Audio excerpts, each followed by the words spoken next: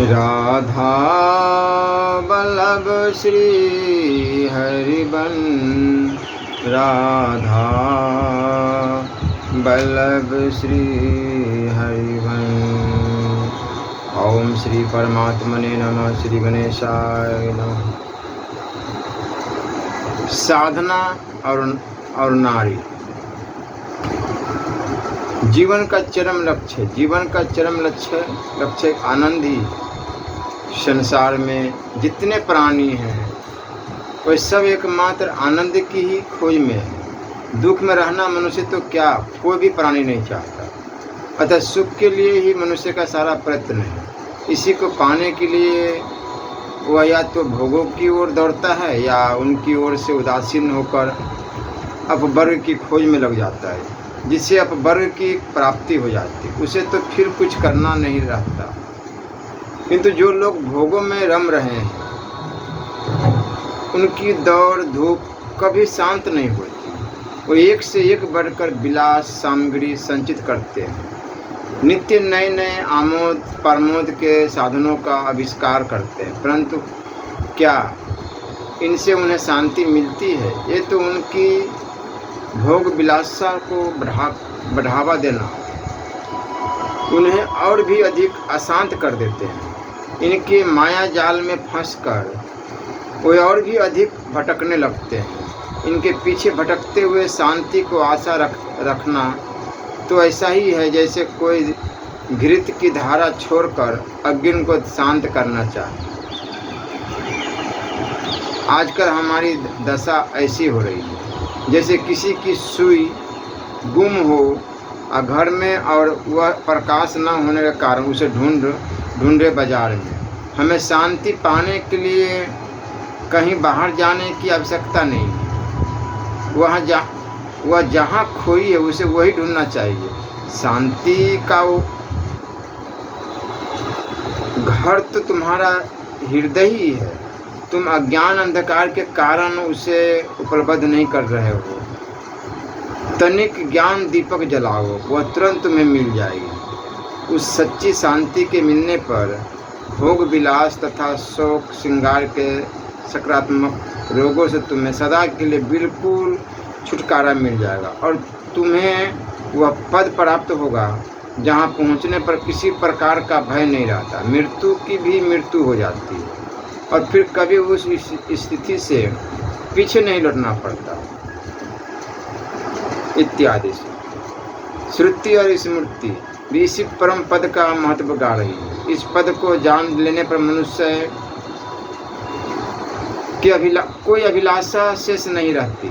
उसे जो पाना होता है वह सब मिल जाता है और वह योग सूत्रों के भास्कर की भाषा में ऐसा अनुभव करने लगता है। मुझे जो पाना था वह मिल गया, जिन्हें क्षय करना था वो कलेश छीन हो गए।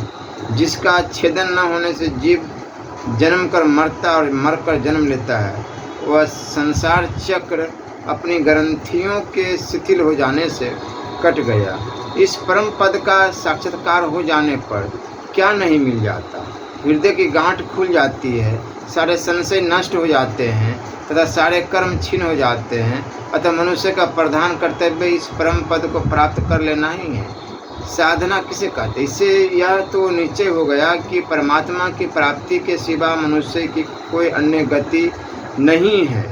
यही उसका अंतिम लक्ष्य है। अब देखना यह है कि इस लक्ष्य की प्राप्ति के लिए किस प्रकार की साधना आवश्यक है। ऐसा कौन उपाय है जिसे सुगमता से इसकी उपलब्धि हो सकती है। गीता में भगवान ने योग की बहुत प्रशंसा की है, यहाँ तक कि उन्होंने योगी को तपस्वी, ज्ञानी और कर्मी से भी बढ़कर बताया है। अब एक दूसरी जगह वो कहते हैं, कई लोग ध्यान के द्वारा आत्मा का अपने अंतःकरण में साक्षात्कार करते हैं। अतः भगवत प्राप्ति का सर्वोत्तम साधन योग है। इसका निरूपण करने के लिए महर्षि पतंजलि योग सूत्र नामक एक स्वतंत्र दर्शन की रचना की थी। उसमें इस सूत्र द्वारा यज्ञ, नियम, आसन, प्राणायाम, प्रत्याहार, धारणा, ध्यान और समाधि ये योग के 8 अंग बताए हैं। इससे पहले सूत्र में इनके अनुष्ठान का फल बताया है। योग के अंगों का अनुष्ठान करने से अशुद्धि दूर होने पर विवेक, ख्याति, प्रयत्न, ज्ञान का विकास हो जाता है। इन योगांगों में सबसे अंतिम समाधि है यही योग साधन की सर्वोत्कृष्ट सीढ़ी है। इसकी उपयोगिता और महिमा का वर्णन जगह जगह किया गया है। भगवान शंकराचार्य जी समाधि सुख को वाणी का अविषय और केवल अनुभवग्राही बताते हैं। अतः योग ही भगवत प्राप्ति का सर्वोत्तम साधन निश्चित होता है। अधिकार निर्णय। अब यह कहना है कि इस योग साधना के अधिकारी कौन है। बस भगवत प्राप्ति की योग्यता तो मनुष्य मात्र में है, मनुष्य योनि ही है। साधना द्वारा भगवान का साक्षात्कार कर लेने के लिए तब मनुष्य मात्र इसका अधिकारी है, किंतु मनुष्य का अर्थ केवल पुरुष ही नहीं है। मतवाह कर्माणि सिद्ध्यन् नित्य मनुष्य। इस व्युक्ति के अनुसार स्त्रियां भी मनुष्य ही है। अतः स्त्रियों को भी योग साधना का वैसा ही अधिकार है जैसा कि पुरुषों को। हम सभी भगवान के पुत्र और पुत्रियां हैं, अतः उनके पास पहुंचने के लिए किसी को रुकावट क्यों। परमपिता परमात्मा तो बड़े न्यायी हैं, उन्हें कोई पक्षपात कैसे हो सकता है।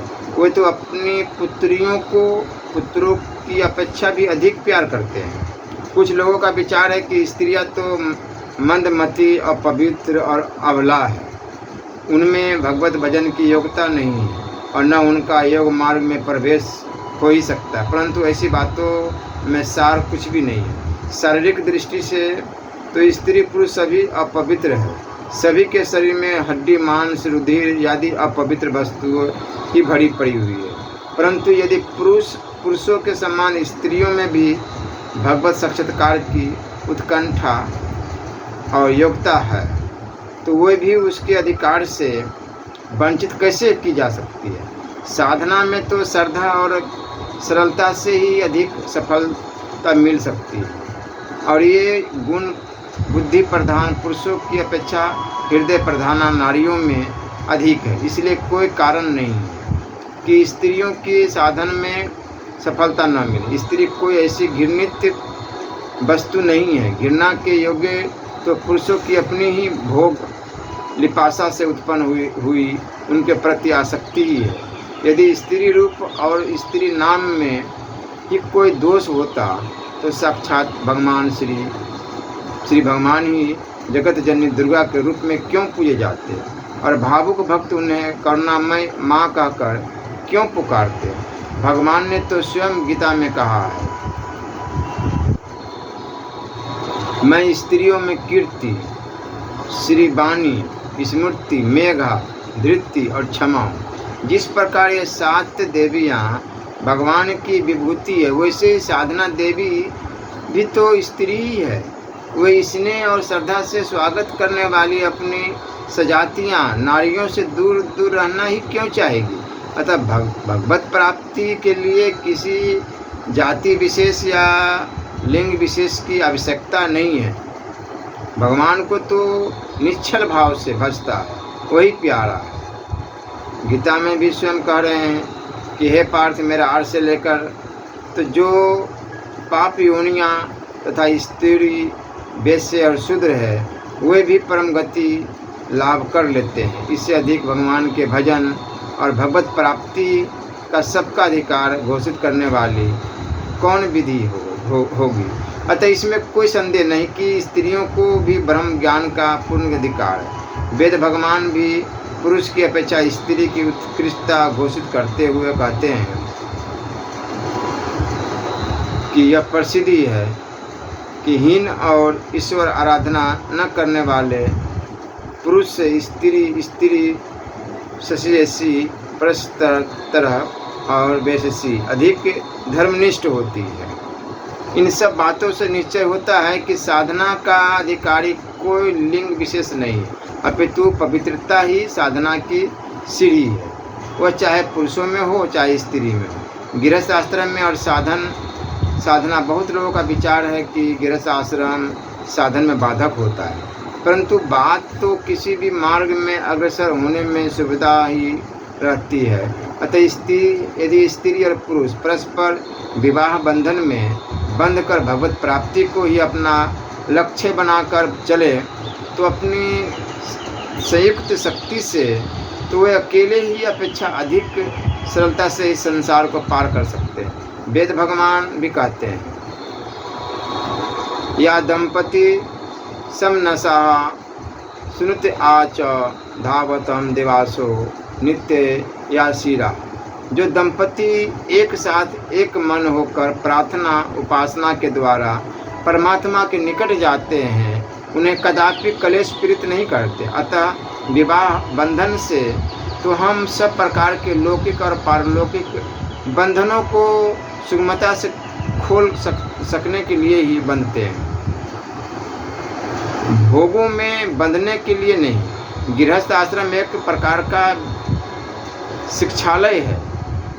यहाँ मनुष्य प्रेम करना सीखता है। स्त्री को पति और माँ को बच्चा दे दिया जाता है और कहा जाता है कि लो इस पर अभ्यास करो। फिर इस अभ्यस्त प्रेम को पतियों के पति परमात्मा पर आरोपित कर देना। इस प्रकार इस पाठशाला में रहकर स्त्री और पुरुष प्रभु प्रेम का ही पाठ पढ़ते हैं। साधन की सुविधा भी गृहस्थ आश्रम में कम नहीं है। यहाँ स्त्री और पुरुष के कार्यों का विभाग हो जाने के कारण उनकी जिम्मेवारी का बोझ भी हल्का हो जाता है। पुरुष घर की चिंता से मुक्त होकर द्रव्योपार्जन करता है और स्त्री धन संग्रह की चिंता से छूटकर घर का प्रबंध कर लेती है। उसे किसी प्रकार की आर्थिक चिंता नहीं रहती। चित्त की एकाग्रता से में निश्चिंता की बड़ी आवश्यकता है। इसके सिवा घर ही के भीतर रहने से उसे बहुत सी संसारी बातों को सुनने का भी अवसर नहीं मिलता तथा साधन के लिए समय भी खूब मिल जाता है। भगवान को ढूंढने के लिए तो नहीं बाहर जाने की आवश्यकता है, नहीं वह सर्वत्र विराजमान है। ऐसा कौन सा स्थान है जहाँ उनका अस्तित्व नहीं है। अतः भारतीय नारियों का इधर उधर न भटक कर घर में रहना भी उनकी साधना के लिए तो सहायक है ही। भगवान कहीं बाहर नहीं है, वो तो हमारे अंतःकरण में ही विराजमान रहे। हम उन्हें इन चरम चक्षुओं से नहीं देख सकते। उन्हें देखने के लिए तो मन मंदिर के कपाटों को खोलने की आवश्यकता है। जब उन्हें खोलकर हम ज्ञान दीपक से देखेंगे तभी उनकी झांकी होगी। इस प्रकार हम देखते हैं कि स्त्रियों के पास साधनों की कमी नहीं है, कमी है साधना की, जिससे वे ब्रह्म ज्ञान प्राप्त करके उस स्थिति पर पहुंच जाए जिससे यह संसारिक भोग तो क्या, देवताओं के भोग इत्यादि प्रलोभन भी हमें तिल भर विचलित न कर सके। शिक्षा और साधना हमारे देश की स्त्रियां प्राय पढ़ी लिखी बहुत कम है। अतः किन्हीं बहनों का विचार है कि हम साधना कैसे कर सकती है, हम कुछ जानती तो है नहीं, परंतु वे सच माने कि जिन्हें वे पढ़ी लिखी और समझदार समझती है वही इस विद्या से कोसों दूर है। बहुत संभव है उनकी अपेक्षा तो जिन्हें आज कल की भाषा में अशिक्षिता कहा जाता है वो बहनें इस दिशा में अधिक उन्नति कर सके, क्योंकि इनकी अपेक्षा उनमें श्रद्धा और ढूंढ अध्यवसाय की मात्रा अधिक है। इन लौकिक भाषाओं को कितना ही सीख लो, अध्यात्म की ओर बढ़ने में तो इनका मूल्य सुनने के ही बराबर है। सीखना तो उस एक की विद्या को चाहिए जिसे जान लेने पर सब कुछ जान लिया जाता है। कुछ उदाहरण यह बात कभी नहीं समझनी चाहिए कि स्त्रियां ब्रह्म ज्ञान नहीं पा सकती। इतिहास में इसके अनेकों उदाहरण हैं। महाराज जनक की ब्रह्म संसद में जब याज्ञवल्क्य जी ने अपने को सबसे बड़ा ब्रह्म ज्ञानी घोषित करने के लिए अपने शिष्य को गौए ले जाने की आज्ञा दी, तो ब्रह्मवादिनी गार्गी ने उस समय उनसे जैसे जैसे प्रश्न किए हैं उनसे उसकी ब्रह्म ज्ञाता स्पष्ट सिद्ध होती है। भगवान शंकराचार्य और मंडन मिश्र जैसे उद्भट विद्वान एवं तत्व युगों का शास्त्रार्थ हो और उनकी मध्यस्थता करने वाली भारतीय ब्रह्म विद्या शून्य हो, यह संभव नहीं है। भारती स्वयं मंडन मिश्र जी की स्त्री थी, गृहस्थ धर्म का ही पालन करती थी, फिर भी वह पूर्ण ब्रह्मवेत्री थी। इससे स्पष्ट सिद्ध होता है कि गृहस्थ आश्रम ब्रह्म ज्ञान में बाधक नहीं, सुलभा ब्रह्मवादिनी थी, यह तो प्रसिद्धि है। वह ब्रह्म ज्ञान होने पर भी गृहस्थ आश्रम में प्रवेश करने को तैयार थी, इसलिए नहीं कि उसे सांसारिक भोगों की इच्छा थी, अपितु इसलिए कि मैं अपने से अधिक ब्रह्मनिष्ठ पति पाकर अपनी निष्ठा को और भी ढूंढ बना सकूं। किंतु ऐसा कोई ब्रह्मनिष्ठ वर न मिलने से ही वह ब्रह्मचारिणी रही। इसी प्रकार लोमामुद्रा आदि भी कई महिलाएं अपनी ब्रह्मनिष्ठा के लिए प्रसिद्ध है। इसलिए यह कहना ठीक नहीं है कि स्त्रियां ब्रह्म ज्ञान प्राप्त नहीं कर सकती। स्त्रियां तो जगत जननी है, वही सबकी आदि गुरु है। यदि उनमें ब्रह्म ज्ञान की योग्यता नहीं होगी तो औरों में आवेगी कहाँ से? ब्रह्म ज्ञान के अनाधिकारी तो फिर इसके अनाधिकारी कौन है? इस विषय में उपनिषद में कहती है कि जो व्यक्ति दुराचार से दूर नहीं रहता, जो अशांत है, जिसका मन चंचल है और जो अशांत चित्त है, वह इसे ज्ञानपूर्वक प्राप्त नहीं कर सकता। इसके सिवा भगवान कहते हैं कि जो अधिक खाने वाला है अथवा जो बिल्कुल नहीं खाता, वह बहुत सोता है, और जो जागता ही रहता है उसे योग नहीं हो सकता। तात्पर्य यह है कि जिसका जीवन अशांत है और अनियमित होता है, वह योग साधन में विशेष उन्नति नहीं कर सकता। अतः स्त्री हो अथवा पुरुष हो, अशांत, अनसंयमी और चंचल चित्त है, वही योग का अनाधिकारी है और उसी को ब्रह्म विद्या भी नहीं मिल सकती। उपसंहार इससे नीचे होता है कि जिन्हें योग मार्ग में चलना हो, उन्हें अपने जीवन को नियमित बनाना चाहिए। जो नियम से काम करता है उससे ही सर्वत्र सिद्धि प्राप्त होती है। जिसका आहार विहार नियमित होता है और जिसको कर्मों में भी नियमित प्रवृत्ति होती है तथा जो नियम अनुसार सोता और जागता है, उसी को दुखहारी योग की प्राप्ति हो सकती है। अतः स्त्री हो अथवा पुरुष, जो नियमनिष्ठ है उसी को योग श्री वरमाला पहनाती है। इसलिए माताओं और बहनों को चाहिए कि अपने स्त्री तत्व को हृदय दृष्टि से न देखकर जीवन को नियमित बनाएं। घर ही में रहते हुए घर के सब कामों को नियम सूत्र में बांधे और योग साधना द्वारा ब्रह्म को प्राप्त करने का प्रयत्न करें। यदि स्त्रियां ही इस ओर प्रवृत्त न होगी तो होगा कौन? उन्हीं के संस्कार तो बच्चों में भी आवेंगे। अतः मानव जाति में ब्रह्म विद्या का प्रसार करने के लिए माताओं को स्वयं ब्रह्म ज्ञान प्राप्त करके अपनी संतति को ब्रह्म विद्या प्रदान करनी चाहिए। देखिए, मदालसा ने अपने चारों पुत्रों को ब्रह्म ज्ञानी बनाया था। माँ तो वह फली है जिससे उसी प्रकार के कई बीज निकलेंगे। अतः उसके लिए तो पुरुषों की अपेक्षा भी साधना की अधिक आवश्यकता है। यद्यपि नारी की जीवन ही साधनामय है। उसने अपने पति, पुत्र एवं अन्य संबंधियों के लिए अपना क्या नहीं दे रखा है। इस प्रकार आत्म सत्सर्ग पूर्वक सेवा धर्म को निभाते हुए यद्यपि उसने परम पिता परमात्मा के आदेश का खूब अच्छी तरह स्मरण रखा, पालन किया, तथापि इस आज्ञा पालन के साथ हमें उस पिता को भी नहीं भूल जाना चाहिए। जब हम पिता की आज्ञाओं का पालन करती हुई उनके पास जाकर कहेगी, पिता बजा आए तेरे आदेश को, तो क्या पिता झट हमें गोद में उठाकर प्यार न करेंगे? उस समय हमें क्या मिलेगा? आनंद, आनंद, परम आनंद। इसलिए केवल नाम जप, राधा राधा राधा राधा राधा राधा राधा राधा राधा राधा राधा राधा श्री राधा, राधा राधा राधा राधा राधा राधा राधा राधा राधा राधा राधा राधा श्री राधा, राधा राधा राधा राधा राधा राधा राधा राधा राधा राधा राधा राधा श्री राधा, राधा राधा राधा राधा राधा राधा राधा राधा राधा राधा राधा राधा श्री राधा।